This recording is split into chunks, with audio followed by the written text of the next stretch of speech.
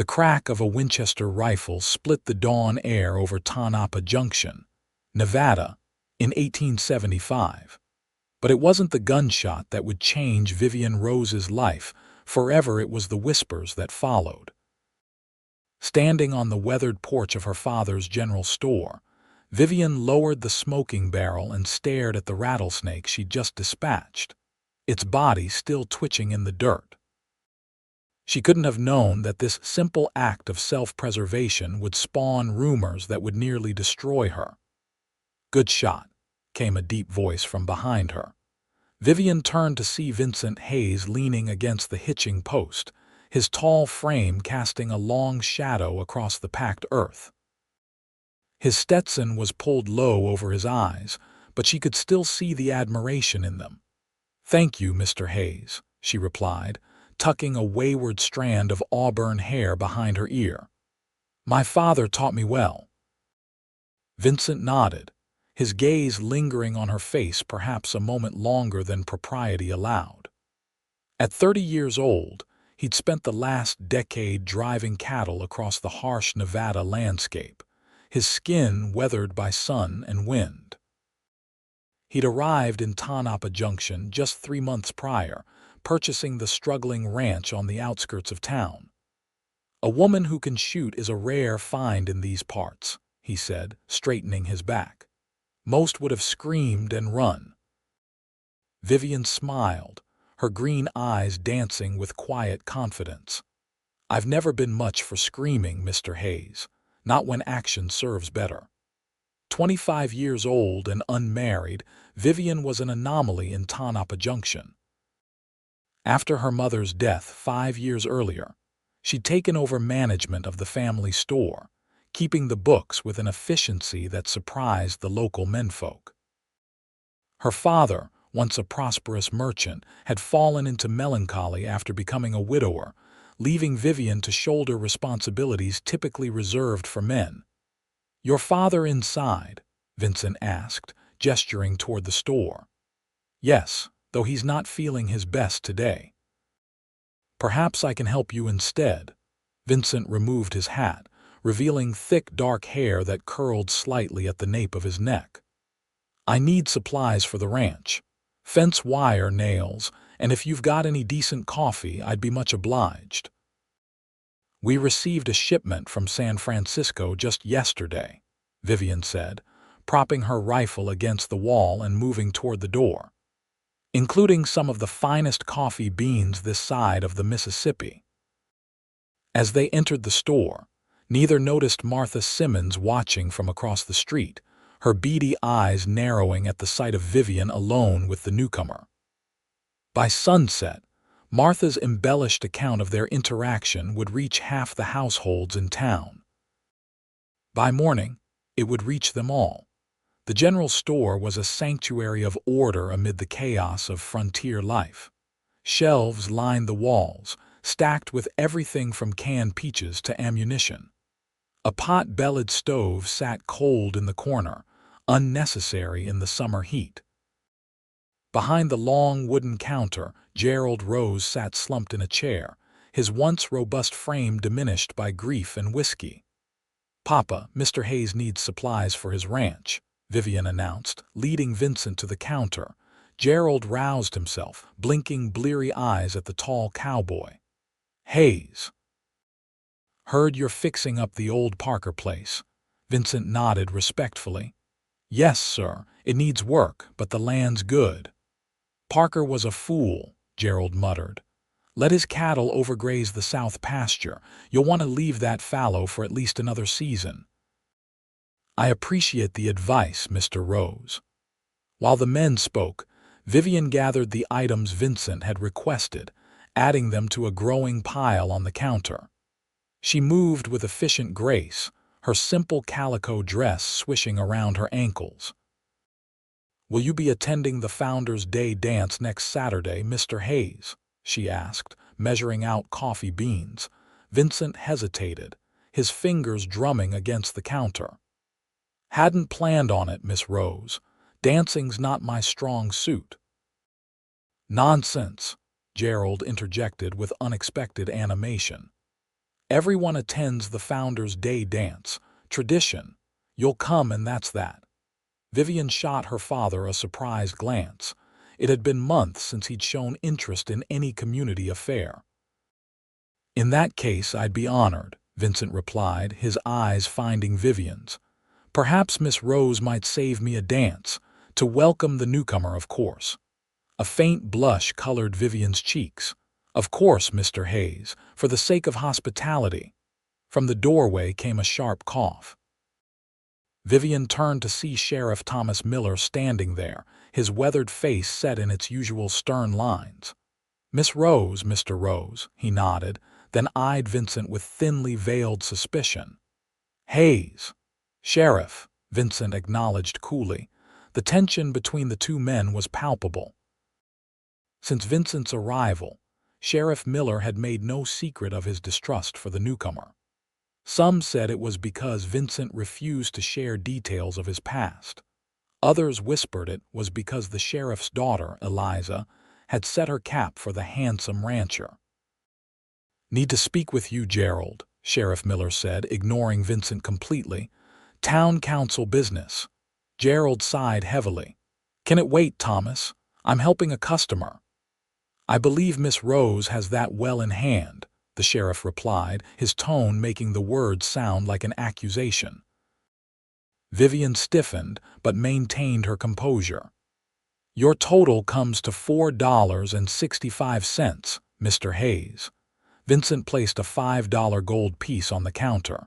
Keep the change, Miss Rose, for the extra hospitality. His smile was warm, but his eyes flicked toward the sheriff, a subtle challenge in their depths. Thank you, Vivian said, wrapping the last of his purchases in brown paper. Will there be anything else? Not today. Vincent collected his goods, settling his hat back on his head. Good day to you, Miss Rose. Mr. Rose. He nodded to Gerald, deliberately excluded the sheriff, and strode out into the sunshine. Sheriff Miller watched him go, his mouth a tight line. That man's trouble, Gerald. Mark my words. Gerald waved a dismissive hand. He's a paying customer, Thomas. And we need all of those we can get. What did you need to discuss with my father, Sheriff? Vivian asked, hoping to diffuse the tension. Miller's gaze lingered on her face, a mixture of disapproval and something harder to define in his eyes. Town council voted to increase the property tax. Need to collect your share by the end of the month, Gerald groaned. Again, we've barely recovered from the last increase. Times are hard all over, Miller replied without sympathy. Town needs a new schoolhouse and the money has to come from somewhere. After the sheriff departed, Vivian turned to her father. We'll manage somehow, Papa. Gerald reached for the bottle he kept under the counter. Your mother would have known what to do. She always did. Vivian gently removed the bottle from his grasp. And she would want us to face this with clear heads. Come, help me inventory the new shipment. Outside the store, Tonopah Junction buzzed with its usual midday activity. The mining boom that had birthed the town had slowed, but a steady stream of travelers and the surrounding ranches kept it alive. At the center of town stood the courthouse, a two-story brick building that served as both legal center and social hub. As Vincent Hayes tied his purchases to his saddle, he felt eyes on him from every direction. He'd chosen Tonopah Junction for its remoteness, hoping to escape his past, but small towns had their own challenges. Everyone watched everyone, and a man's business rarely remained his own for long. Mounting his chestnut gelding, he tipped his hat to Mrs. Wilson sweeping her porch across the way. The elderly woman narrowed her eyes and turned her back. Vincent sighed. It would take time to be accepted, he knew that, but he hadn't expected such open hostility. As he rode out of town toward his ranch, he couldn't help glancing back at the general store. Vivian Rose stood in the doorway, watching him leave. She raised a hand in farewell, a gesture so small it might have been missed by anyone not looking for it. Vincent raised his own hand in response, a smile tugging at his lips. Perhaps Tonopah Junction had something to offer after all. Vivian watched Vincent Hayes until he disappeared around the bend, then turned back to the store, unaware that this simple exchange had been witnessed by several pairs of eyes, including those of Martha Simmons, who was already hurrying toward the home of her dearest friend, eager to share what she'd seen. Imagine it, Alina, standing there bold as brass, waving at him like some saloon girl, and him encouraging her. Why, I've never seen such impropriety in all my days. Alina Jenkins, the banker's wife and self-appointed arbiter of Tonopah Junction's social standards, pressed her thin lips together.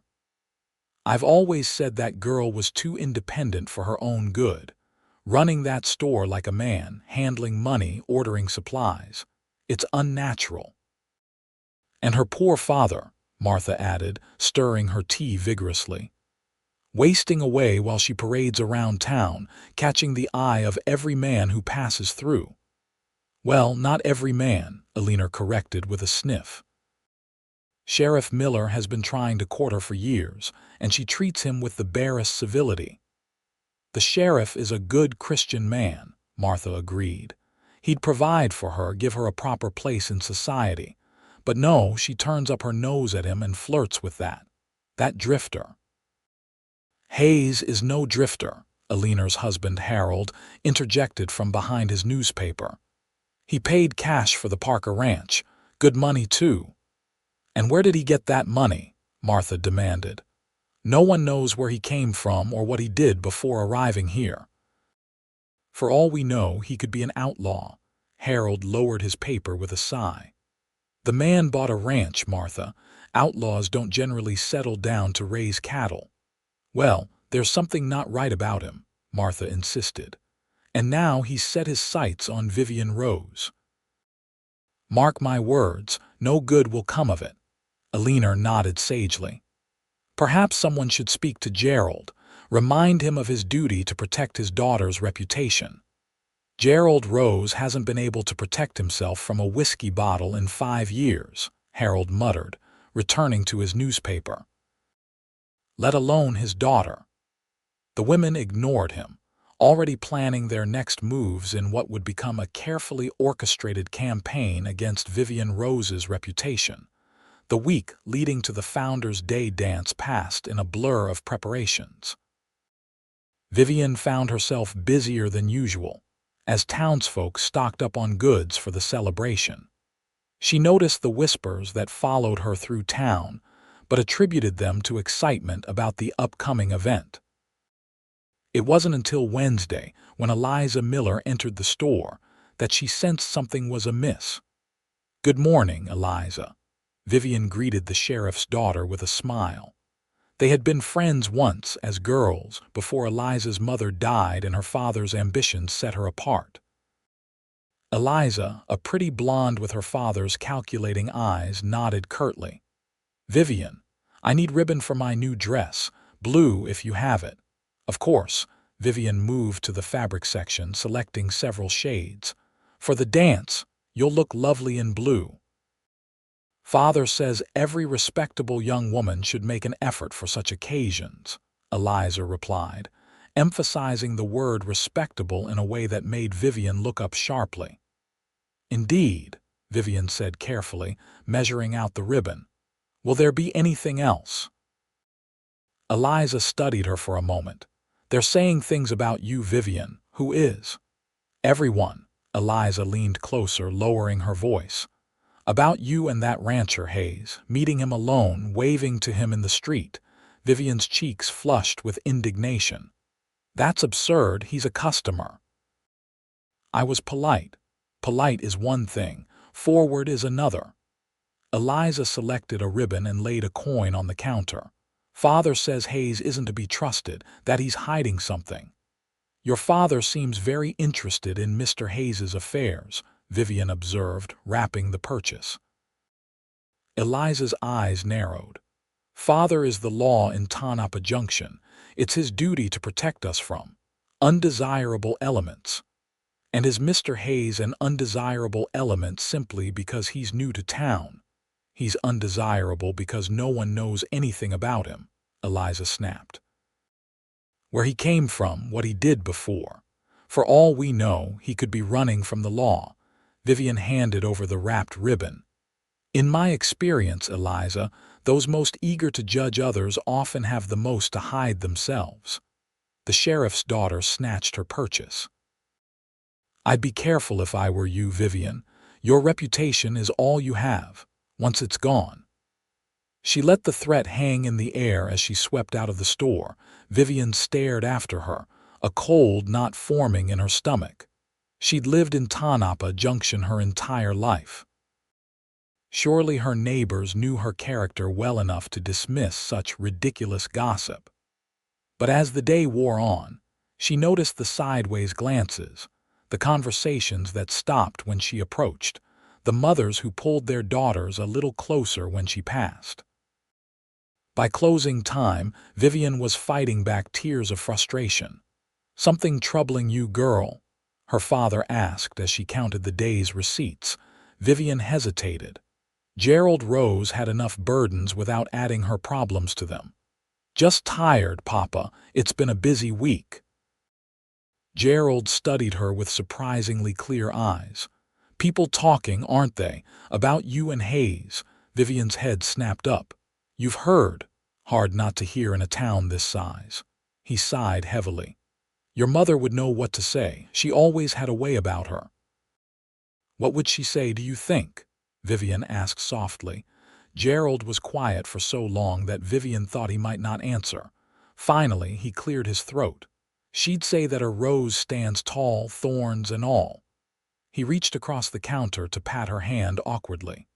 "You're a good girl, Vivian. Always have been. Don't let idle tongues make you forget that." Tears pricked Vivian's eyes at this rare moment of lucidity from her father. "Thank you, Papa." That night, as she prepared for bed in her small room above the store, Vivian found herself wondering about Vincent Hayes. Was Eliza right? Was he hiding something? And why did she care so much what this virtual stranger might think of her? Vincent, meanwhile, was battling his own demons. The ranch house, a sturdy two-story structure built by Old Man Parker 20 years earlier, creaked and settled around him as he sat at the kitchen table cleaning his revolver. The familiar ritual usually calmed his mind, but tonight his thoughts kept drifting to Vivian Rose's face and to the past. He'd come to Nevada to escape. 3 days before the dance, Vincent rode into town for supplies, unaware of the storm brewing around Vivian's reputation. He tethered his horse outside the general store and stepped inside to find the usually bustling shop empty of customers. Vivian stood behind the counter, her face pale but composed. "Miss Rose," he greeted her, removing his hat. "Quiet day." Something in her expression made him pause. "Is everything all right?" Vivian straightened her shoulders. "Perfectly fine, Mr. Hayes. What can I help you with today?" Vincent placed his list on the counter, studying her face. "You don't look fine, if you don't mind my saying so." "And if I do mind?" The words came out sharper than she intended. Vincent raised an eyebrow. "Then I'd apologize for overstepping and ask about the weather instead." Despite herself, Vivian's lips curved into a small smile. "I'm sorry. It's been a difficult week. Anything I can help with?" She hesitated, then shook her head. "No, but thank you for asking. Now about these supplies." As Vivian gathered Vincent's order, the store door opened and Sheriff Miller entered, followed by Harold Jenkins and 2 other members of the town council. The men stopped short at the sight of Vincent. "Hayes." Sheriff Miller's hand moved instinctively to rest on his holstered gun. "Didn't expect to find you here." "Evidently," Vincent replied dryly. "Just picking up supplies, Sheriff. Nothing sinister about it." "That depends on one's definition of sinister," Harold Jenkins murmured, just loud enough to be heard. Vivian stepped forward, her chin raised. "Gentlemen, is there something I can help you with?" The sheriff cleared his throat. "Town council business, Miss Rose. Perhaps we could speak in private." Vincent collected his partially assembled order. "I can come back later, Miss Rose." "No," Vivian said firmly. "Mr. Hayes was here first. I'll be with you shortly, gentlemen." The sheriff's face darkened. "This is important town business, Miss Rose. Mr. Hayes can wait." "Or I could finish serving my customer as any proper businessperson would do," Vivian countered, her voice steady despite the tension coloring her cheeks. "Unless there's a fire or some other emergency requiring immediate attention." The council members exchanged uncomfortable glances. Finally, Harold Jenkins sighed. "No emergency, Miss Rose. We'll wait." Vivian nodded and returned to gathering Vincent's supplies. He watched her with newfound admiration. Few people in Tonopah Junction stood up to Sheriff Miller, especially not women. "That'll be $3.20, Vivian said, wrapping the last item. Vincent placed the money on the counter, deliberately brushing her fingers with his own. "Thank you, Miss Rose. I look forward to seeing you at the dance on Saturday." Sheriff Miller made a strangled sound behind them. Vincent turned, meeting the lawman's glare with a level gaze. "Problem, Sheriff? You're not welcome at that dance, Hayes," Miller growled. "Not in my town. Strange," Vincent drawled. "I don't recall seeing your name on the deed to Tonopah Junction, and Mr. Rose personally invited me to attend." "Is that right?" Miller turned to Vivian. "And did you do the same, Miss Rose? Invite him personally?"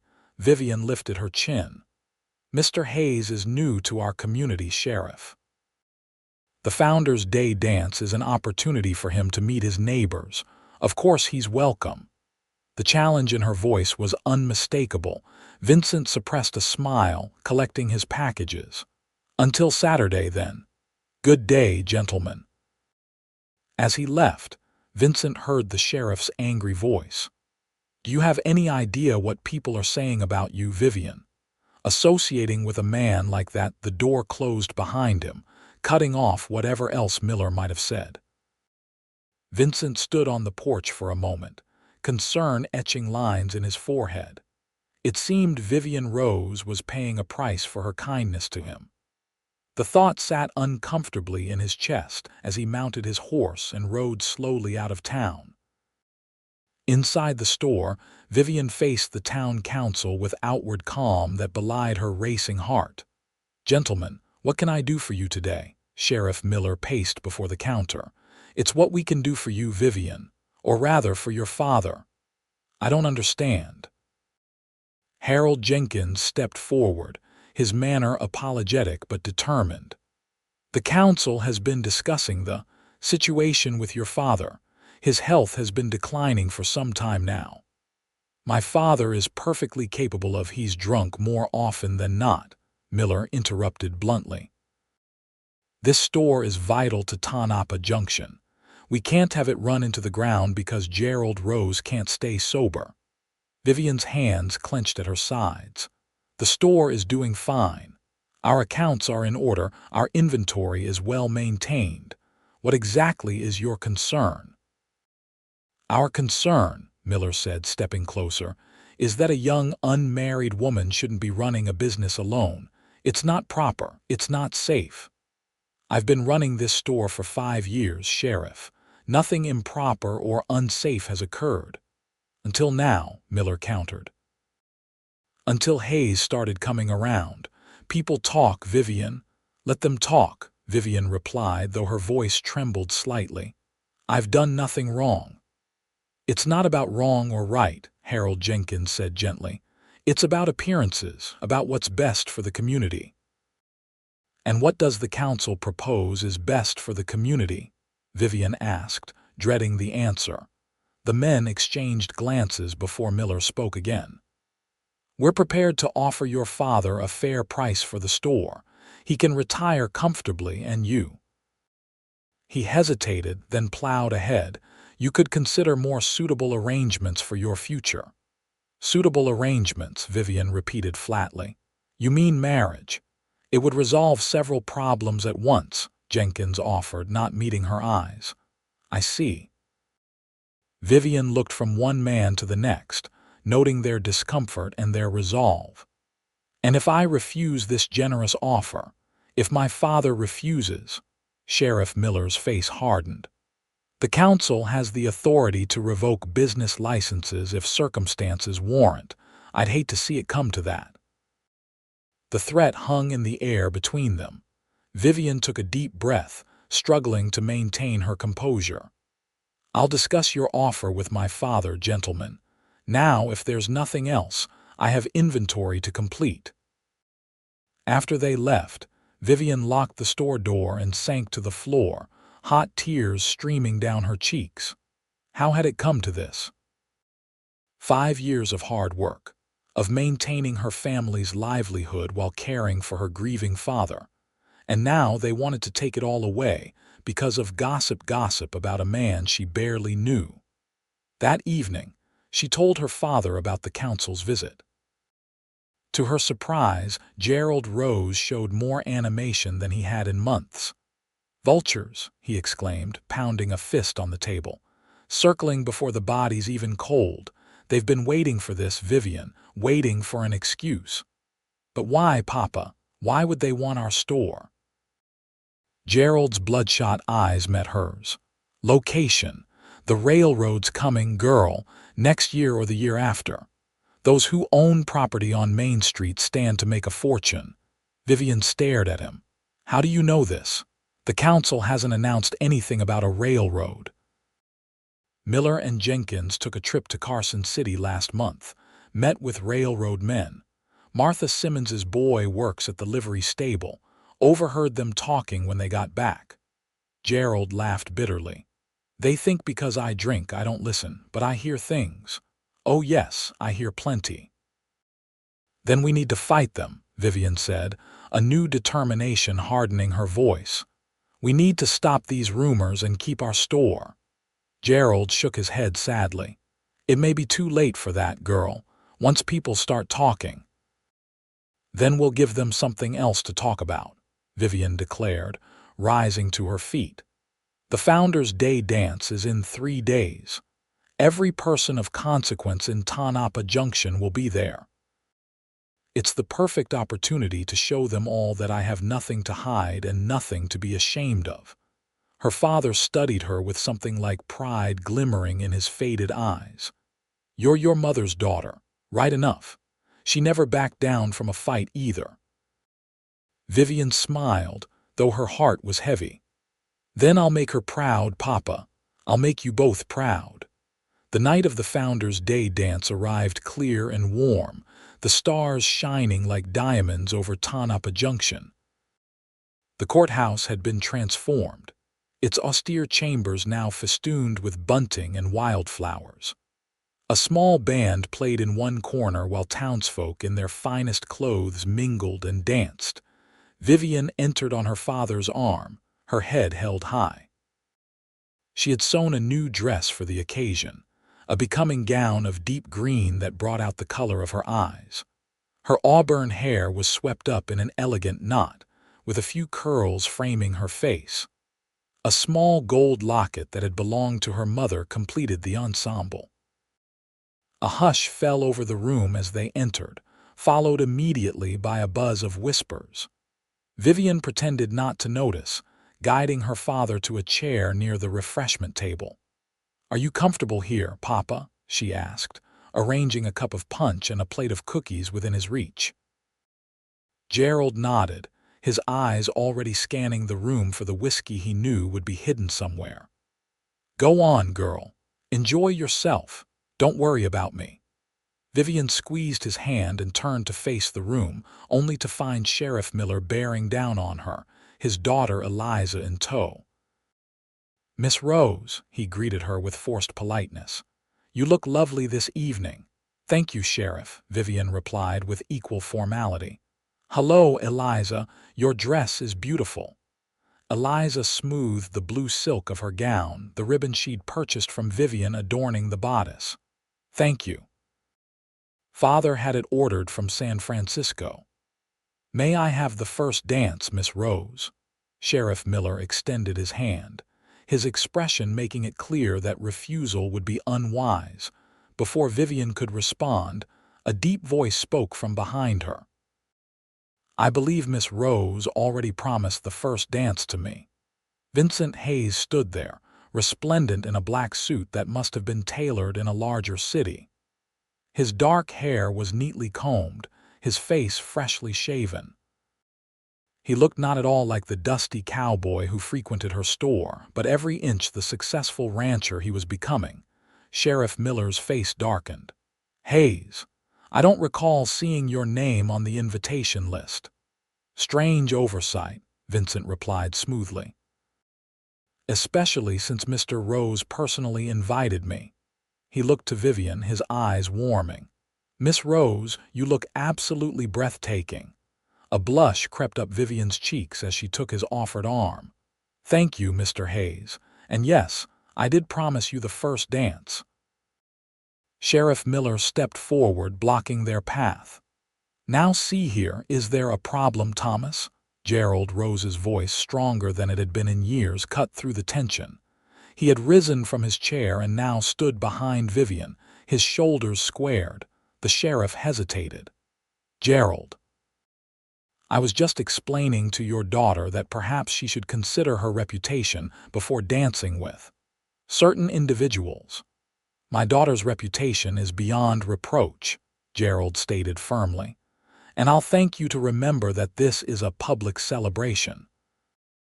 All citizens of Tonopah Junction are welcome." A small crowd had gathered around them, drawn by the confrontation. Vincent's grip on Vivian's arm tightened slightly, a reassuring pressure. "The band is playing, Miss Rose," he said, loud enough for all to hear. "Shall we dance?" Vivian smiled up at him, aware that every eye in the room was upon them. "With pleasure, Mr. Hayes." As Vincent led her onto the dance floor, the whispers followed them like autumn leaves in a breeze. But when he took her in his arms, his hand warm and steady at her waist, Vivian found she didn't care what anyone thought. There was something about Vincent Hayes that made her feel safe, and something else that made her heart beat faster in a way that had nothing to do with fear. "You dance very well for a man who claimed it wasn't his strong suit," she observed as he guided her through the waltz with surprising grace. Vincent's mouth quirked into a half-smile. "I may have understated my abilities. A tactical decision." "Oh, to what end?" "To lower expectations, of course. It's always better to surprise than to disappoint." Vivian laughed, the sound drawing even more stares. "A wise strategy, Mr. Hayes." "Vincent," he corrected her. "I think, given the circumstances, we might dispense with formalities." "Very well, Vincent." His name felt intimate on her tongue. "And you must call me Vivian." "Vivian," he repeated, as if tasting the word. "It suits you, strong but graceful." They circled the floor, moving together as if they'd danced 100 times before. Vivian was conscious of the stares, the whispers, but found herself caring less with each passing moment. There was something liberating about being the center of scandal if people would talk regardless. Why not give them something worth talking about? "They're all watching us," she murmured. "Let them watch," Vincent replied, his eyes never leaving her face. "Perhaps they'll learn something." "What would that be?" "That the most interesting people are rarely the most conventional." The dance ended too soon. Vincent escorted Vivian back to her father, bowing formally before them both. "Thank you for the dance, Miss Rose. Mr. Rose, it's good to see you in fine spirits this evening." Gerald nodded, something like approval in his rheumy eyes. "You handle yourself well, Hayes, both on and off the dance floor." "High praise, sir. I appreciate it." Vincent turned to Vivian. "Perhaps another dance later if you're not otherwise engaged." "I'd like that," Vivian replied, ignoring the disapproving glares from nearby matrons. As Vincent moved away to get refreshments, Eliza Miller appeared at Vivian's side, her pretty face pinched with displeasure. "You're making a spectacle of yourself," she hissed. "Everyone's talking." Vivian met her former friend's gaze steadily. "They were talking already, Eliza. At least now I'm giving them something interesting to discuss." "Father says—" "Your father has made his opinions quite clear," Vivian interrupted. "As has the town council. But this is still a free country and I'm still a free woman. I'll choose my own friends, thank you." Eliza's eyes narrowed. "Friends? Is that what you call it?" "Father says Hayes has been seen leaving your store after closing time." The accusation, so blatantly false, stole Vivian's breath. "That's a lie. He's never—" "I'm just telling you what people are saying," Eliza sniffed. "Where there's smoke, there's usually fire." Before Vivian could respond, Sheriff Miller appeared, claiming Eliza for the next dance.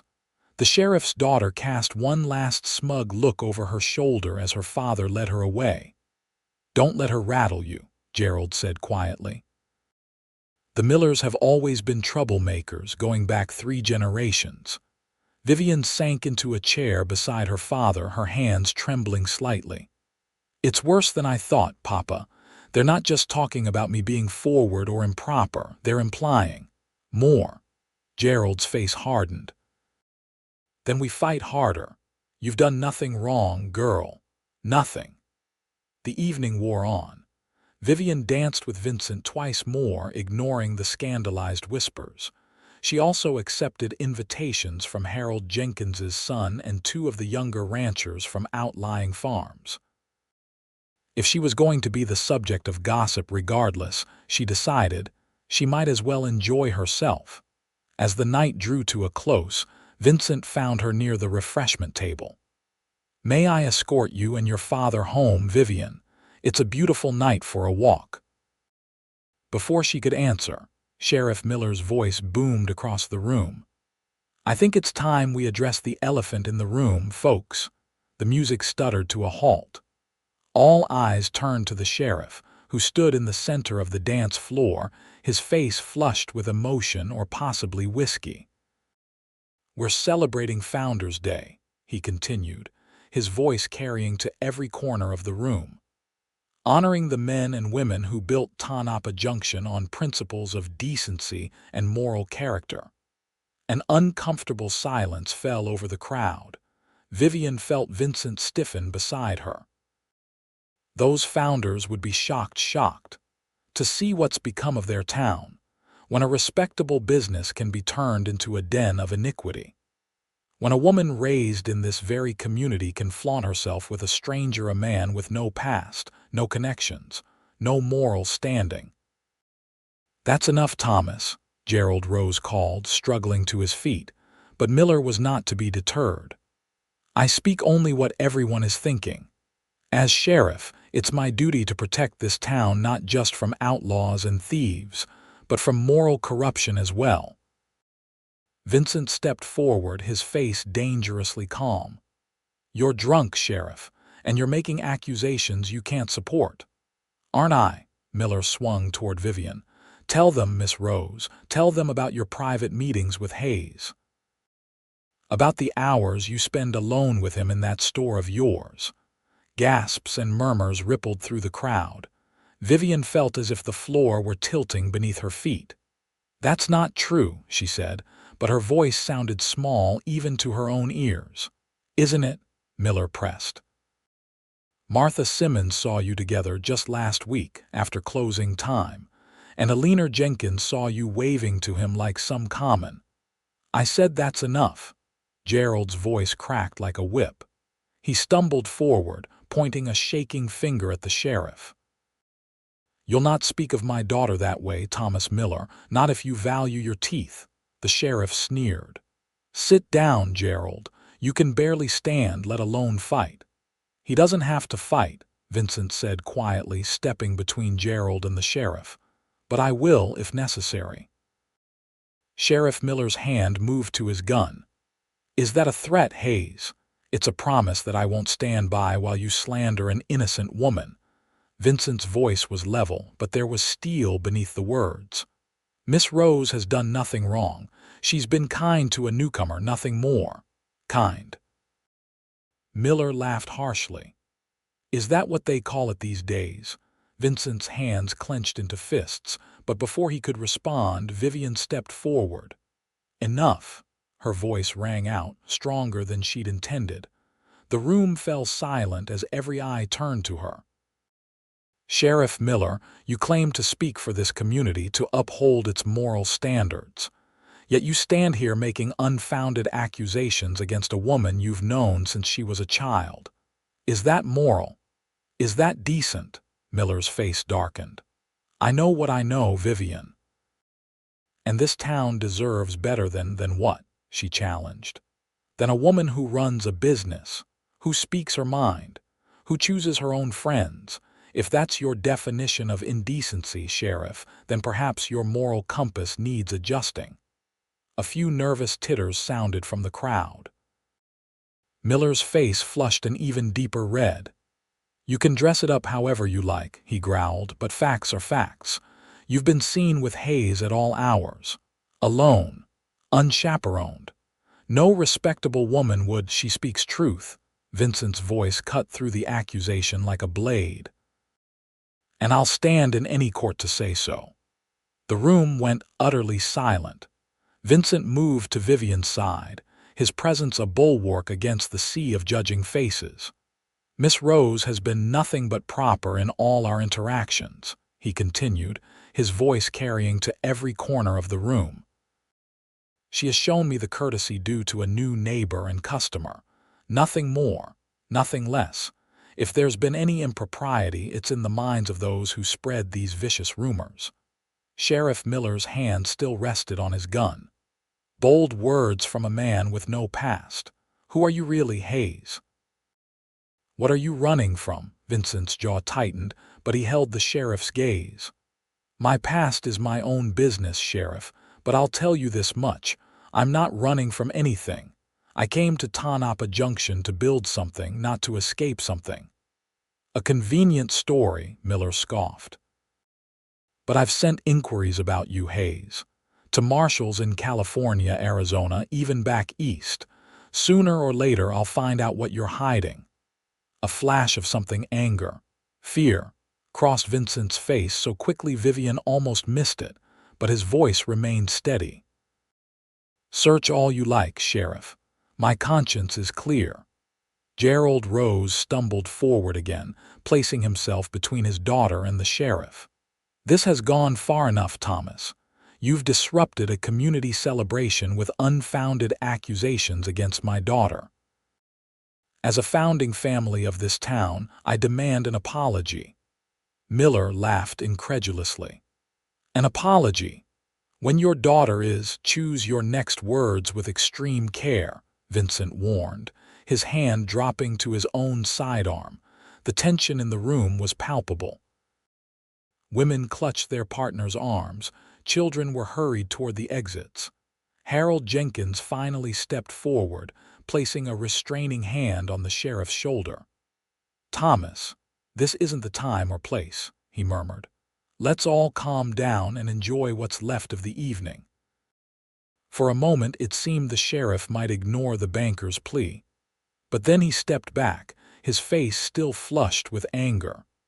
This isn't over, he growled, his eyes locked on Vincent. Not by a long shot.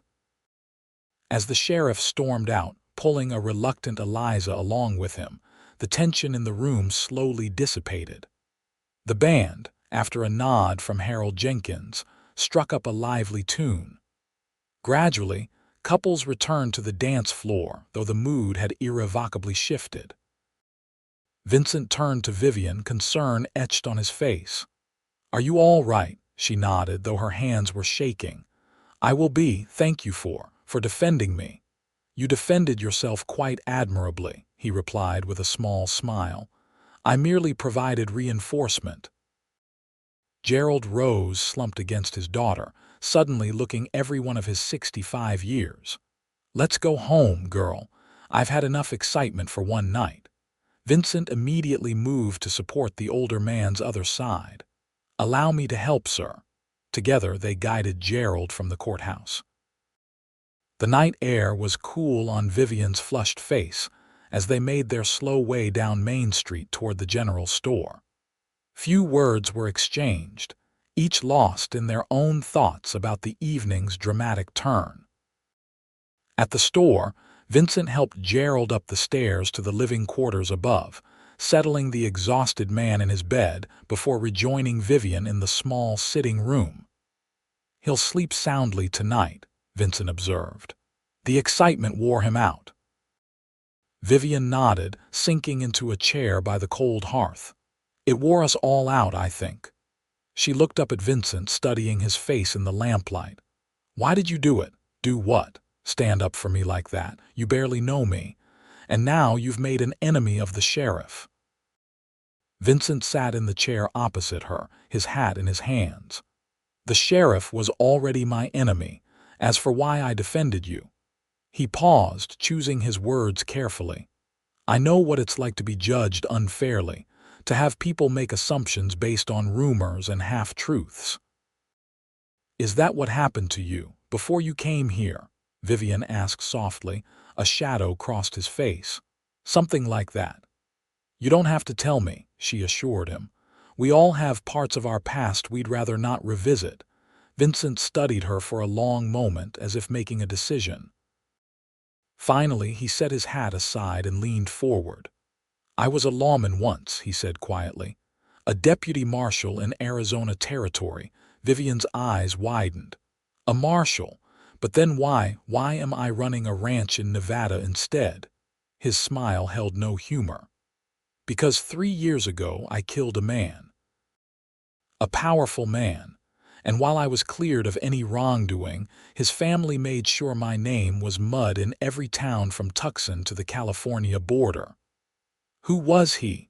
Vivian asked, her voice barely above a whisper. "Robert Blackwood. Son of Judge Terrence Blackwood, one of the wealthiest men in the territory." Vincent's eyes took on a faraway look. "Robert was drunk, threatening a saloon girl with a knife. I tried to talk him down, but he came at me. I had no choice but to shoot." "Of course you didn't," Vivian agreed. "You were doing your duty." "The inquiry found the same, but Judge Blackwood, he couldn't accept it. He used his influence to have me removed from my position. After that, no law enforcement agency would touch me. And accidents started happening. My house caught fire. My horse was poisoned." "I got the message." "So you came here to start over," Vivian said softly. "To build a new life." Vincent nodded. "I've been running long enough. Tonopah Junction seemed like a good place to stop. Remote enough that Blackwood's influence wouldn't reach, but with enough potential to build something worthwhile." He looked up, meeting her eyes. "And then I met you."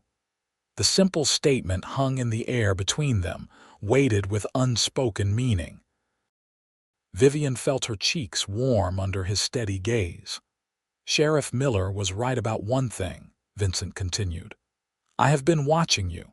Not in the way he implied, but because I've never met anyone quite like you, Vivian Rose. A woman who runs a business, cares for her father, stands up to the most powerful men in town, and does it all with grace and dignity."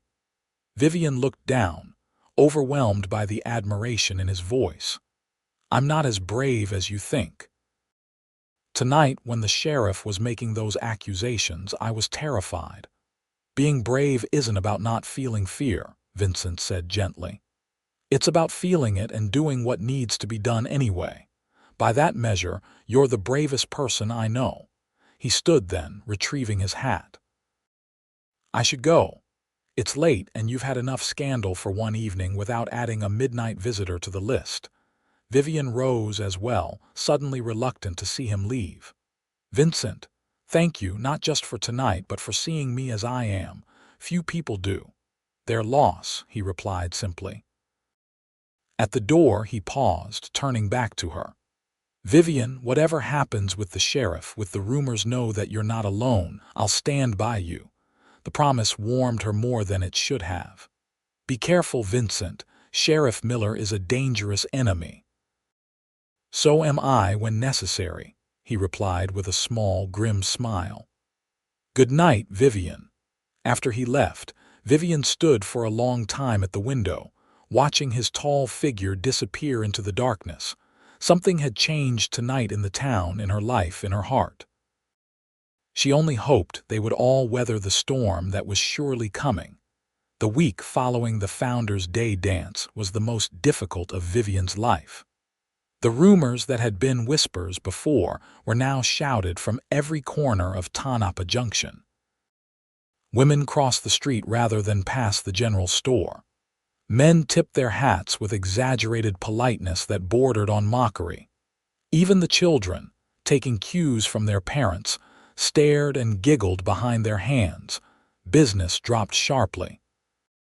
Where once the store had welcomed dozens of customers daily, now only a handful braved the social stigma of patronizing the establishment. Gerald Rose retreated deeper into his bottle, leaving Vivian to face the hostility alone. On Wednesday, Martha Simmons entered the store, ostensibly to purchase baking soda but clearly on a mission to gather fresh gossip.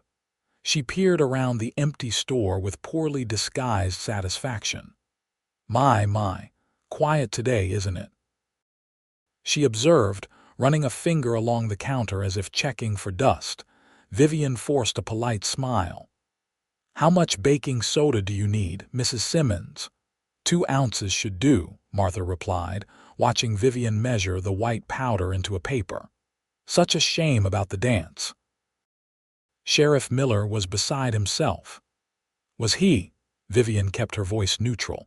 "That will be 15 cents, please." Martha placed the coins on the counter, her beady eyes never leaving Vivian's face. "He's concerned for the moral fabric of our town, you know. We all are. A young woman living above a store with only well, with your father in his condition, it invites trouble." "My father and I have lived above this store for 25 years, Mrs. Simmons. Somehow the moral fabric of Tonopah Junction survived." Martha sniffed disapprovingly. "Things are different now. With that Hayes character lurking about." "Mr. Hayes is a respected rancher and valued customer," Vivian interrupted, her patience wearing thin. "Nothing more." "Oh, of course." Martha's tone made it clear she believed nothing of the sort. "Though I must say, the way he defended you at the dance. Quite passionate for a mere customer." Vivian handed over the wrapped baking soda. "Is there anything else you need today, Mrs. Simmons?" The older woman lingered, clearly hoping to extract more gossip. When Vivian remained silent, she sighed dramatically. "I suppose not. Good day, Miss Rose. Do give my regards to your father." After Martha left, Vivian sank onto a stool behind the counter, fighting back tears of frustration. How long could she endure this? How long before the whispers and stares drove away every last customer? The bell over the door jingled again. Vivian quickly composed herself, expecting another gossip-hungry townswoman. Instead, she looked up to see Vincent Hayes, his expression grim. "Vincent," she said, unable to hide her surprise or her pleasure at seeing him. "I didn't expect you today." "I came to warn you," he said without preamble. "Sheriff Miller's been making inquiries about me just like he threatened, and he's found something." Vivian's heart sank. "About Arizona?" "About the shooting," Vincent nodded, removing his hat. "A telegram came yesterday from Tucson. Miller's been showing it all over town. It mentions the shooting, but not that I was cleared. Makes it sound like I'm a fugitive. But that's a lie. Can't you set the record straight?" "I've tried." Vincent ran a hand through his hair, frustration evident in every line of his body. "But Miller has the badge and the telegram. My word against his doesn't count for much, especially now." Vivian moved from behind the counter to stand before him. "What will you do?" "I'm not running again," he said firmly. "I've done that long enough, but I wanted you to know what's coming. Miller's calling for a town meeting tomorrow night. I expect he'll try to run me out of Tonopah Junction officially." He can't do that. You've broken no laws here. Maybe not. But a town can make life mighty uncomfortable for someone they've decided they don't want. Vincent's eyes held hers. The thing is, Vivian, I don't much care what the town thinks of me, but I care very much what they think of you. The implication was clear. His presence was damaging her already fragile reputation. Vincent, you don't have to say anything, he interrupted gently. I just wanted you to know that if it would be better for you, if I stayed away. No, Vivian said, surprised by her own vehemence. No, I won't let them dictate who my friends are, who I. She faltered, unsure how to name the growing feeling between them. Vincent stepped closer, close enough that she could feel the warmth radiating from his body. Vivian, these past weeks, getting to know you. It's meant more to me than I can say, but I won't be the cause of your ruin. You're not, she insisted. Sheriff Miller is. Martha Simmons and her gossip is. The small-mindedness of this town is. Not you, Vincent, never you. His hand came up to cup her cheek, the gesture so tender it made her breath catch. You are the strongest, most remarkable woman I've ever known, Vivian Rose. Before she could respond, the door burst open. Sheriff Miller stood there, flanked by two deputies, his face twisted with triumphant rage. Vincent Hayes, he announced loudly, as if to an invisible audience, you're under arrest for the murder of Robert Blackwood. Vincent dropped his hand from Vivian's face, turning slowly to face the lawman. That's a lie, Sheriff. I was cleared of all wrongdoing in that shooting. It was self-defense. That's not what Judge Blackwood says, Miller replied, unfolding a telegram. According to this, you're wanted for questioning in Arizona territory, and I aim to see you get there. Let me see that, Vincent demanded, stepping forward. One of the deputies drew his gun. Stay where you are, Hayes. Vivian moved to Vincent's side, her heart pounding. Sheriff Miller, this is absurd. Mr. Hayes is a respected member of this community. You can't just arrest him on the basis of a telegram. Can I? Miller smirked. I'm the law in Tonopah Junction, Miss Rose. Or have you forgotten that in your infatuation with this killer? Vincent's body tensed beside her. Watch your tongue, Miller. Miss Rose has nothing to do with this. Doesn't she? The sheriff's eyes gleamed with malice. I wonder. Harboring a fugitive is a serious offense. Perhaps I should arrest you both. On what grounds would you arrest me? Vivian challenged, her voice steady despite her fear. Miller shrugged. Obstruction of justice, aiding and abetting, take your pick. You're overstepping your authority, Vincent warned, and you know it. The sheriff ignored him, focusing on Vivian. Step aside, Miss Rose, unless you want to share a cell with your friend. For a moment, Vivian considered defying him, standing her ground, forcing him to physically remove her. But Vincent's gentle pressure on her arm stopped her. It's all right, Vivian, he murmured. I'll go with them. This will all be straightened out. But trust me, he said, his eyes conveying more than his words could. Reluctantly, Vivian stepped aside. Sheriff Miller nodded to his deputies, who moved forward to seize Vincent's arms. One of them roughly removed his gun from its holster. Careful with that, Vincent said mildly. It's worth more than your yearly salary. The deputy scowled but handled the weapon with more respect. Sheriff Miller produced a pair of handcuffs. Can't be too careful with a dangerous fugitive, he said, snapping them around Vincent's wrists. Vivian watched helplessly as they marched Vincent from the store. Just before they pushed him through the door, he looked back, meeting her eyes. Don't worry, he mouthed silently. But Vivian was worried, terrified, in fact. She knew Thomas Miller well enough to know this wasn't just about enforcing the law. This was personal. And personal vendettas in the Wild West had a way of ending badly. As soon as they were gone, Vivian rushed upstairs to her father's room. Gerald Rose was awake but bleary-eyed, a half-empty bottle of whiskey on the nightstand beside him. "Papa," she said urgently, "Sheriff Miller just arrested Vincent Hayes. On false charges, I'm sure of it. We have to help him." Gerald blinked slowly, struggling to focus. "Arrested for what?" "He claims Vincent is wanted for murder in Arizona." Vivian paced the small room. "But Vincent told me he was cleared in that case. It was self-defense." Her father reached for the bottle, but Vivian intercepted it, moving it out of his reach.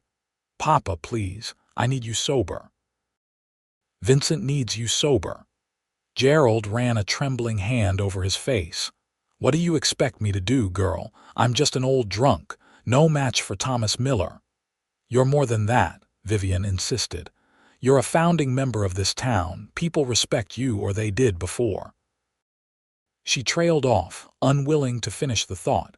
Her father's bloodshot eyes met hers. "Before I drowned myself in whiskey after your mother died," he finished for her. "You can say it, Vivian. Lord knows it's the truth." Vivian knelt beside his bed, taking his hands in hers.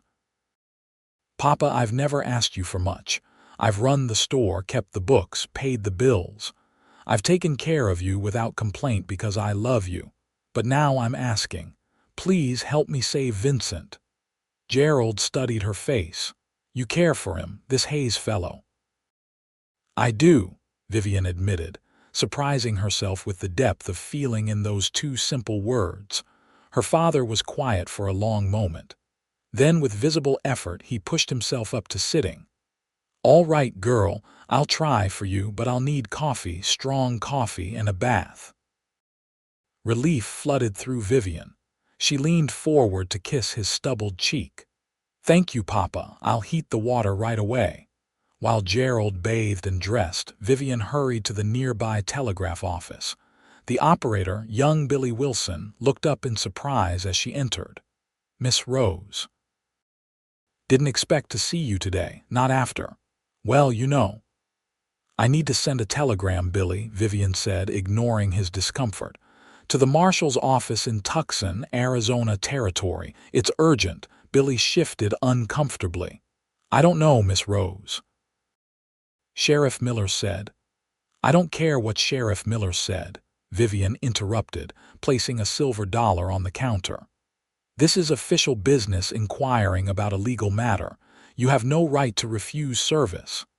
The young man eyed the silver dollar, then glanced nervously at the door. "All right, but be quick about it." Vivian dictated her message requesting confirmation of Vincent Hayes' status, whether he was indeed wanted for questioning, or if he had been cleared in the Blackwood shooting. She added a request for an urgent reply, paid Billy an extra 50 cents for priority sending, and hurried back to the store. She found her father in the sitting room, dressed in his best suit, the one he hadn't worn since her mother's funeral. His face was clean-shaven, his hair neatly combed. Only the slight tremor in his hands and the redness around his eyes betrayed his condition. "You look like yourself again, Papa," Vivian said softly. Gerald attempted a smile. "Let's not get carried away, girl. I've got a long way to go before I'm myself again, but it's a start." He picked up his hat from the table. "Now, let's go see about your Mr. Hayes." The jail was a small brick building next to the courthouse, with 2 cells in the back and the sheriff's office in the front. When Vivian and Gerald entered, they found Sheriff Miller behind his desk, feet propped up, looking smug. "Well, well," he drawled, "if it isn't the Roses, father and daughter. Come to visit the prisoner." Gerald stepped forward. "We've come to discuss the charges against Vincent Hayes, Thomas." "And to inquire about bail," the sheriff laughed. "Bail for a suspected murderer? I think not, Gerald." "Suspected is the operative word," Vivian pointed out. "In this country, a man is innocent until proven guilty." "True enough," Miller conceded. "But when I get confirmation from the Arizona authorities, Hayes will be extradited to stand trial there. No point in setting bail just to have him flee." Gerald moved closer to the desk. his stance more commanding than Vivian had seen in years. "I've known you since you were a boy, Thomas. I remember when your father was sheriff before you. He was a good man, a fair man." Miller's smug expression faltered slightly. "My father has nothing to do with this. Doesn't he? He taught you the law, didn't he? Taught you that it applies equally to everyone, not just those you dislike." "Hayes is a fugitive," Miller insisted, but with less conviction. "Then prove it," Gerald challenged. "Show us the telegram that claims he's wanted. Let's see exactly what the Arizona authorities are saying." Sheriff Miller hesitated, then pulled a folded paper from his desk drawer. "See for yourself. Vincent Hayes wanted for questioning and shooting death of Robert Blackwood, son of Judge Terrence Blackwood, Tucson, Arizona Territory." Vivian stepped forward to examine the telegram. "For questioning," she emphasized. "Not arrest, not murder, questioning." "It amounts to the same thing," Miller argued.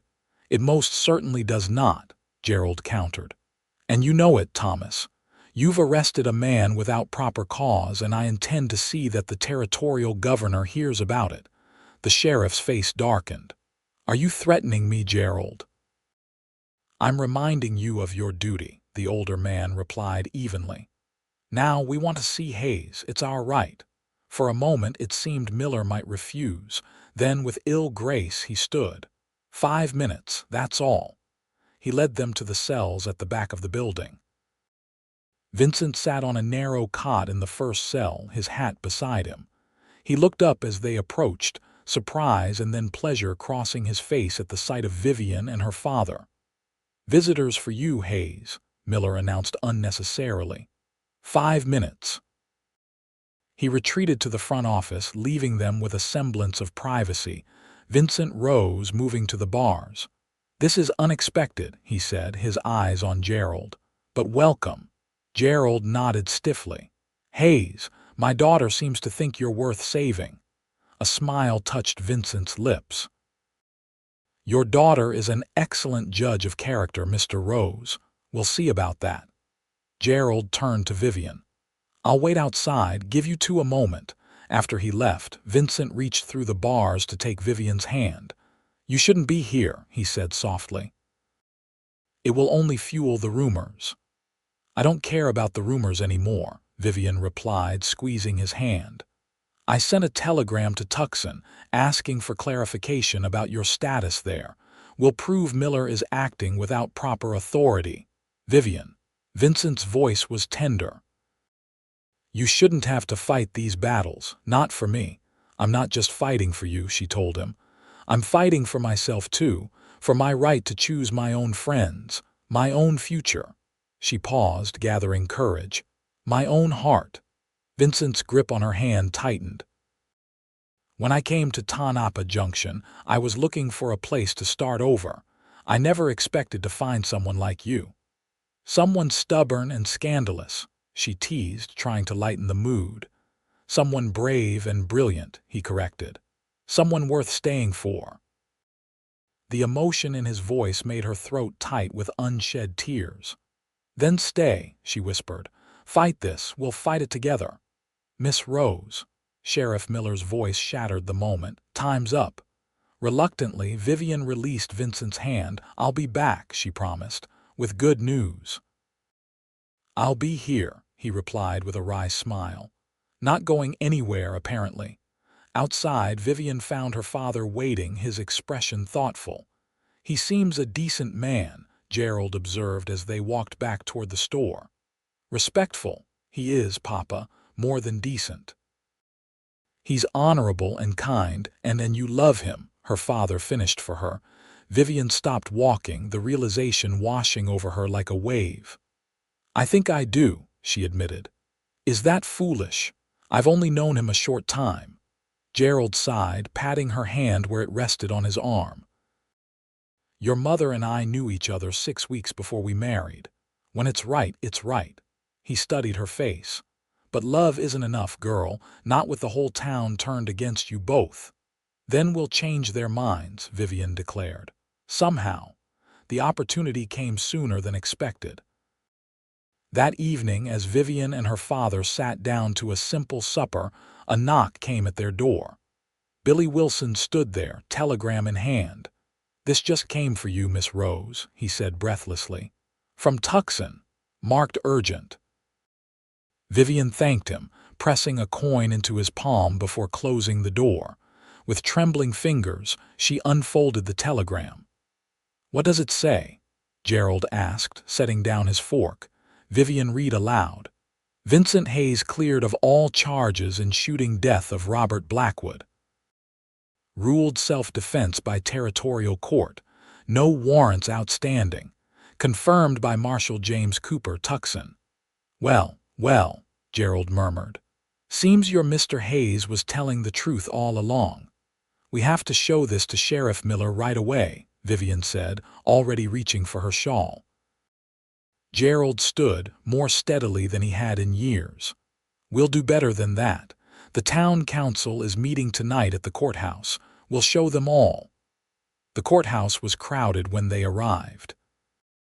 It seemed word of Vincent's arrest had spread throughout Tonopah Junction, drawing curious onlookers as well as the official council members. Sheriff Miller stood at the front of the room, addressing the assembled crowd. "Dangerous element in our town," he was saying. "A man with blood on his hands, hiding among decent folk." "That's a lie, Thomas Miller," Vivian's voice rang out as she and her father pushed through the crowd. "And I can prove it." A shocked murmur ran through the room. Women clutched their husbands' arms, men shifted uncomfortably. Sheriff Miller's face flushed with anger. "This is a closed meeting, Miss Rose. You and your father need to leave." "Not before you read this," Vivian replied, holding up the telegram. "It's from Marshal Cooper in Tucson. It confirms that Vincent Hayes was cleared of all charges in the Blackwood shooting. He is not wanted for questioning or anything else." Harold Jenkins stepped forward. "Let me see that, Miss Rose." Vivian handed him the telegram. The banker read it carefully, then looked up, his expression grave. "She's right. According to this, Hayes is innocent. The shooting was ruled self-defense." Sheriff Miller snatched the paper from Jenkins's hand. "This proves nothing. It could be forged." "Confirm it yourself," Gerald suggested. "Send your own telegram to Tucson." "But in the meantime, you have no legal grounds to hold Hayes." "I'm the law in this town," Miller insisted, his voice rising. "I decide who's a threat." "No, Thomas," Harold Jenkins said quietly. "The law decides. And if Hayes has been cleared, you must release him." The sheriff looked around the room seeking support but found none. Even his most loyal allies seemed uncomfortable with the turn of events. "Fine," he spat. "I'll release him, but don't think this is over, any of you." He jabbed a finger at Vivian. "Especially you, Miss Rose. Your relationship with Hayes has brought nothing but shame to this town." Vivian stood her ground. "My relationship with Mr. Hayes is honorable, Sheriff. More honorable than spreading false rumors and making false arrests." A few chuckles sounded from the crowd. Miller's face darkened further, but before he could respond, Harold Jenkins placed a restraining hand on his arm. "That's enough, Thomas. Go release Hayes. Now." The sheriff stormed out, muttering under his breath. An awkward silence fell over the room. Then Gerald Rose stepped forward, addressing the assembled townspeople. "Many of you have known me all my life," he began, his voice stronger than it had been in years.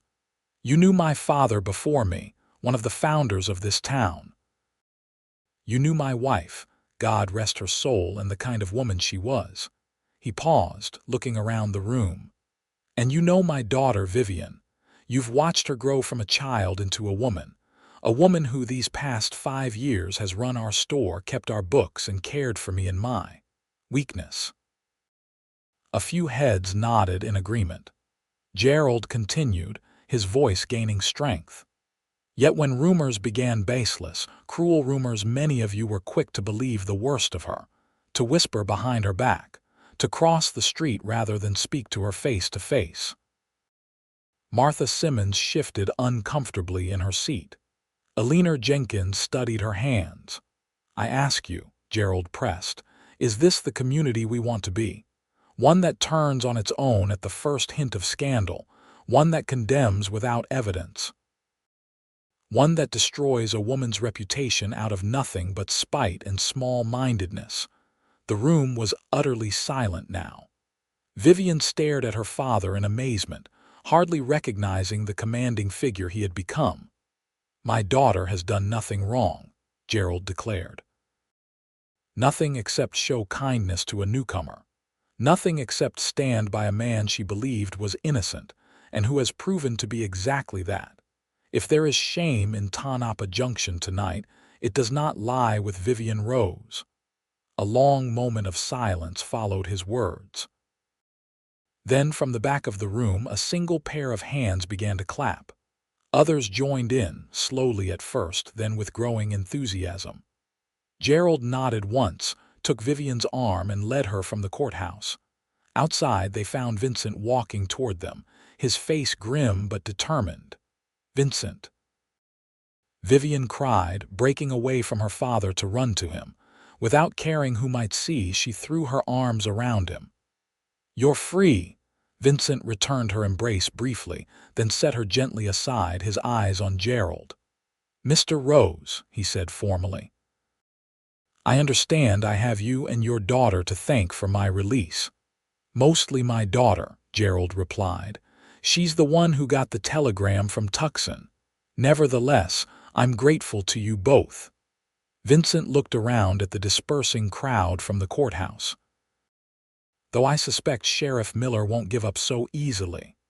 "No," Gerald agreed. "He won't. Thomas Miller has never been one to admit defeat gracefully." Vincent's jaw tightened. "Then perhaps it would be best if I left Tonopah Junction. My presence here is only causing trouble for you and Vivian." "No," Vivian protested. "You can't leave, not now." "She's right," Gerald surprised them both by saying. "Running now would only confirm the suspicions. Besides," he looked from Vincent to Vivian and back again, "I think there are other considerations at play here." Vincent met the older man's gaze steadily. "Yes, sir, there are." Gerald nodded once. "Then it's settled. You'll stay, and we'll face whatever comes together." He cleared his throat.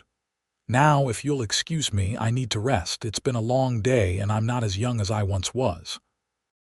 After Gerald left, Vincent turned to Vivian. The moonlight silvered her hair and softened the worry lines that had formed around her eyes in recent days. "Your father is quite a man," Vincent observed. "When he stands straight, you can see the man he used to be." "The man he's becoming again, I hope," Vivian replied. She hesitated, then asked the question that had been burning in her mind. "What did he mean, other considerations?" Vincent took her hands in his. "He meant this," he said simply. "What's between us? What's been growing since the first day I walked into your store?" Vivian's heart quickened. "And what is that exactly? I think you know." Vincent's voice was low, intimate. "I think you've known as long as I have." "Tell me anyway," she whispered. He drew her closer. "I love you, Vivian Rose." "I didn't come to Tonopah Junction looking for love. God knows I wasn't ready for it, but I found it anyway. In you." Joy bloomed in Vivian's chest, so intense it was almost painful. "I love you too," she confessed. "Even though it makes no sense. Even though we barely know each other." "We know what matters," Vincent assured her.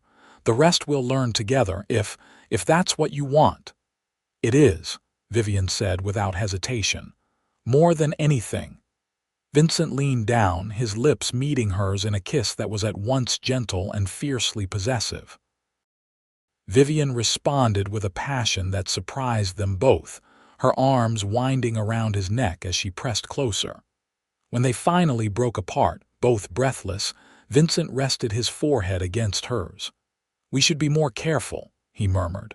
"Standing in the middle of Main Street like this." Vivian laughed softly. "Let them talk, I'm beyond caring." But their moment of happiness was short-lived. The next morning, Vivian woke to the acrid smell of smoke.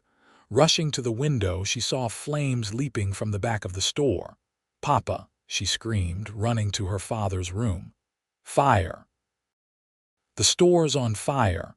They rushed downstairs to find the storage room engulfed in flames, the fire spreading rapidly to the main shop. Gerald grabbed Vivian's arm, pulling her toward the front door. "Get out!" he shouted over the roar of the fire. "Now!" They stumbled into the street, coughing and gasping for air. Already, neighbors were emerging from their homes, drawn by the commotion. Someone rang the town bell, summoning the volunteer fire brigade. Vivian watched in horror as the flames consumed the building that had been her home all her life. Beside her, Gerald stood silent, his face ashen in the pre-dawn light. "Everything," he murmured. "Everything's gone." Vivian put an arm around his shoulders. "Not everything, Papa, we're alive. That's what matters." The fire brigade arrived, men shouting instructions as they formed a bucket line from the town pump to the burning building. But it was clear to everyone that the Rose General Store was beyond saving. The best they could hope for was to prevent the fire from spreading to neighboring structures. As the sun rose over Tonopah Junction, Vivian and Gerald sat on a bench across the street, watching the ruins of their livelihood smolder. Townspeople brought blankets, coffee, offers of shelter. Even Martha Simmons appeared, pressing a basket of food into Vivian's hands with mumbled condolences. "Miss Rose," Sheriff Miller's voice cut through the morning air. He stood before them, hat in hand, his expression unreadable. "I'm sorry for your loss." Vivian looked up at him, too numb to summon anger. "Are you, Sheriff? Are you really?" Miller's eyes narrowed. "What are you implying?" "I'm not implying anything," Vivian replied wearily.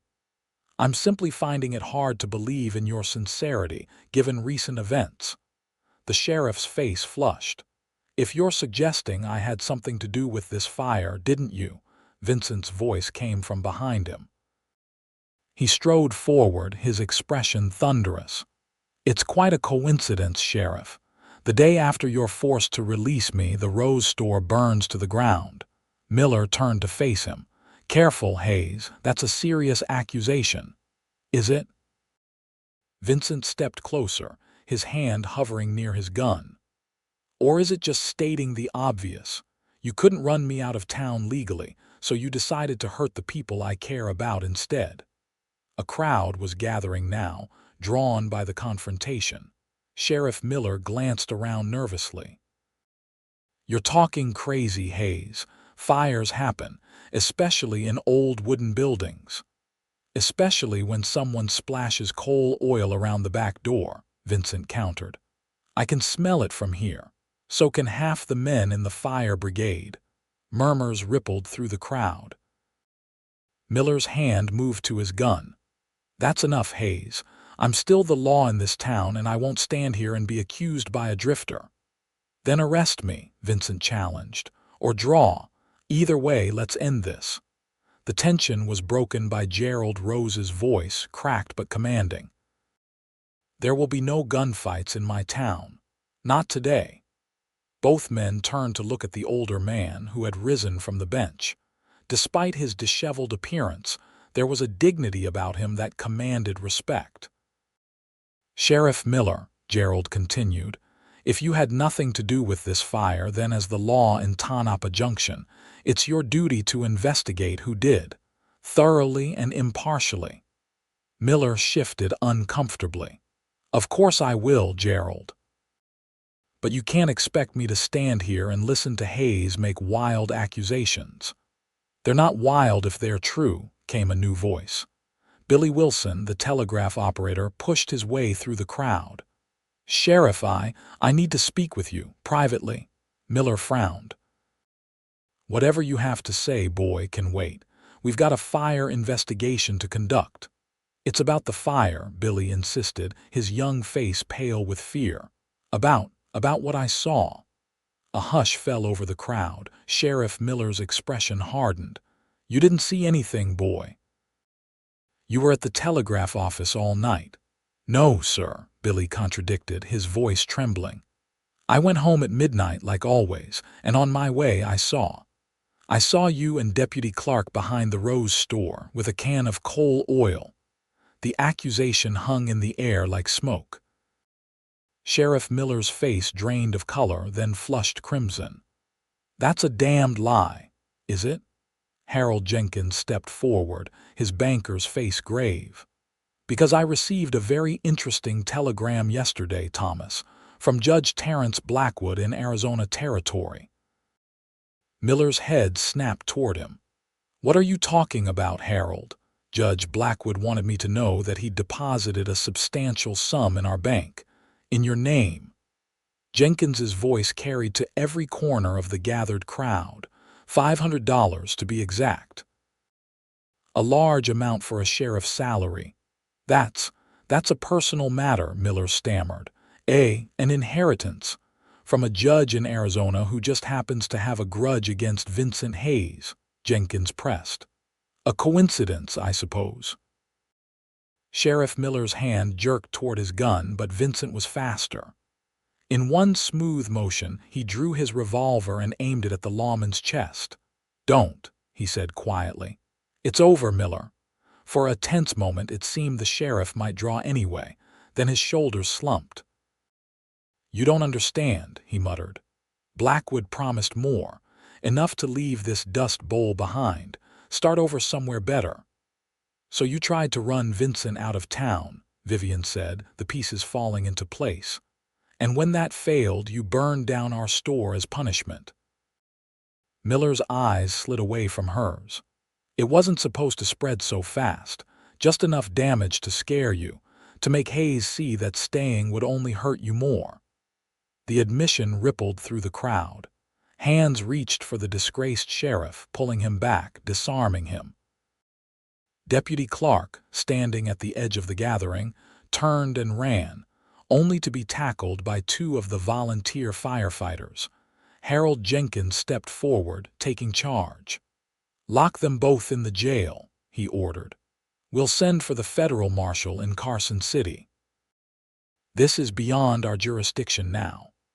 As Miller and Clark were led away, the crowd began to disperse, talking excitedly about the dramatic turn of events.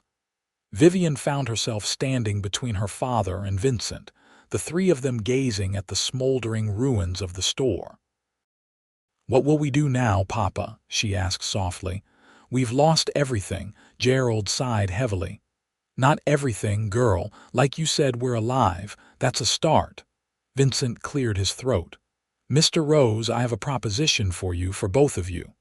They turned to look at him. Vincent removed his hat, turning it in his hands. My ranch has plenty of room. The house is bigger than I need, and there's a small cabin nearby that would make a fine store with some work. Are you offering us charity, Hayes? Gerald asked, though there was no heat in the question. Not charity, Vincent replied. Partnership. Tonopah Junction needs a general store, whether it's on Main Street or out by my ranch, and I need. He looked at Vivian, his eyes softening. Well, I need a whole lot of things I never thought I'd want again. Vivian's heart quickened at the implication. Partnership, she repeated.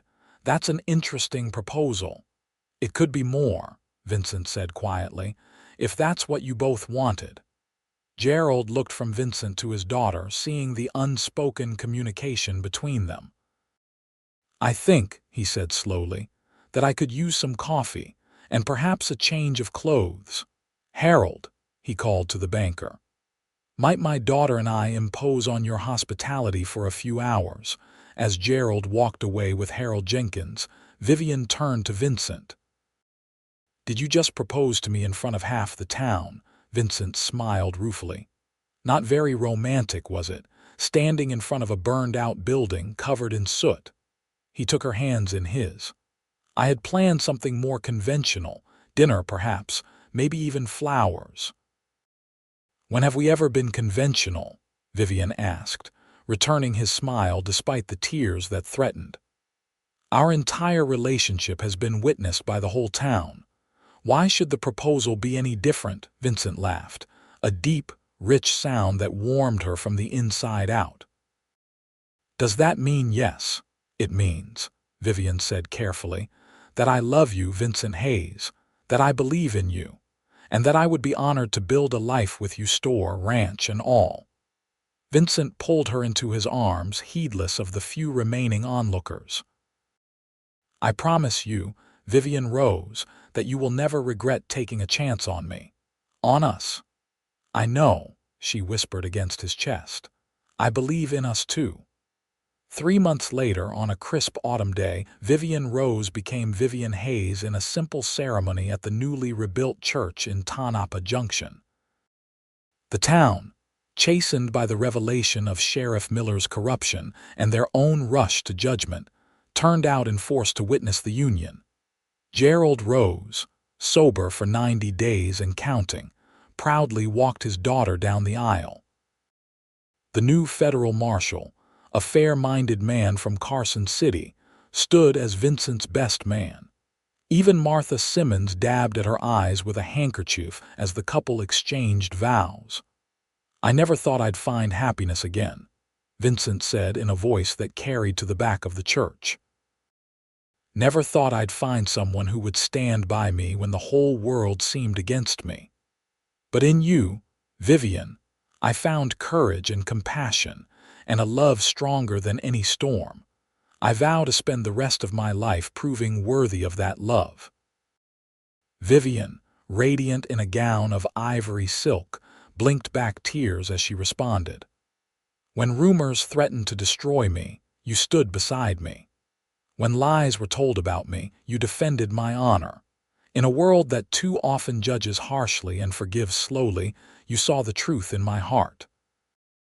I promise to see the truth in yours always, and to face whatever comes next, good or bad, together." As they emerged from the church as husband and wife, the town of Tonopah Junction cheered. It was, perhaps, their way of making amends for the pain they had caused. The Hayes Ranch flourished under Vincent and Vivian's care. The small cabin was indeed converted into a general store, serving the outlying ranches and becoming a gathering place for the community. Gerald Rose, reinvigorated by his new role as grandfather after Vivian gave birth to a son the following summer, found purpose again in teaching young Michael Hayes the art of merchant trade. On the first anniversary of their wedding, Vincent and Vivian stood on the porch of their ranch house, watching the sunset paint the Nevada sky in shades of gold and crimson. Their son slept peacefully inside, watched over by his doting grandfather. "Any regrets?" Vincent asked, his arm around his wife's waist. Vivian leaned into him, content in a way she had never imagined possible. "Not one," she assured him. "Though I do sometimes wonder what would have happened if you hadn't been in the store that day when Sheriff Miller made his accusations. If you hadn't stood up and declared to everyone that I spoke truth." Vincent kissed the top of her head. "I didn't have a choice," he said simply. "I was already half in love with you by then, and I've never been able to stand by while an injustice was being done." "My hero," Vivian teased, but there was genuine gratitude in her voice. "No," Vincent corrected her. "You were your own hero, Vivian. You stood your ground long before I came along. I just provided reinforcement." Vivian smiled, remembering their conversation after the dance so many months ago. "Perhaps we reinforced each other," she suggested. "And perhaps that's what marriage is, two people supporting each other when the world tries to knock them down." "I like that definition," Vincent agreed. He turned her in his arms, his expression suddenly serious. "I need to tell you something. I received a letter today from Tucson." Vivian tensed slightly. "From Judge Blackwood," in a manner of speaking. "The judge died last month. His son, not Robert, but his younger boy, James, wrote to tell me, and to apologize for his father's vendetta against me." Vincent's eyes held a hint of wonder.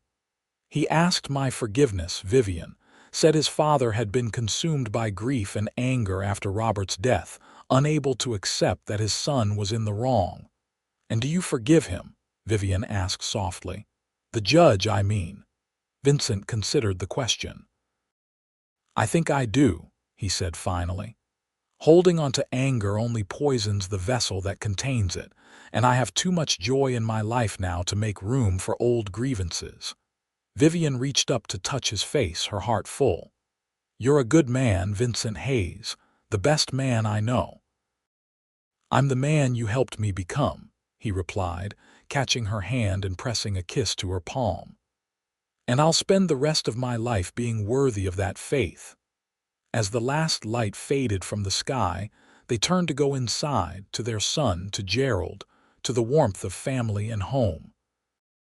Behind them, the vast Nevada landscape stretched to the horizon, as full of promise as their future together. In Tonopah Junction, the story was still told years later of a woman whose reputation was nearly destroyed by rumor, and of the cowboy who stood before the whole town and declared that she spoke truth. It became a lesson, passed down through generations, about the power of gossip to harm and the power of love to heal. And in the Hayes household, it was simply the beginning of their story, one that continued to unfold, page by page, year by year, building a legacy of truth and trust that would endure long after the rumors were forgotten.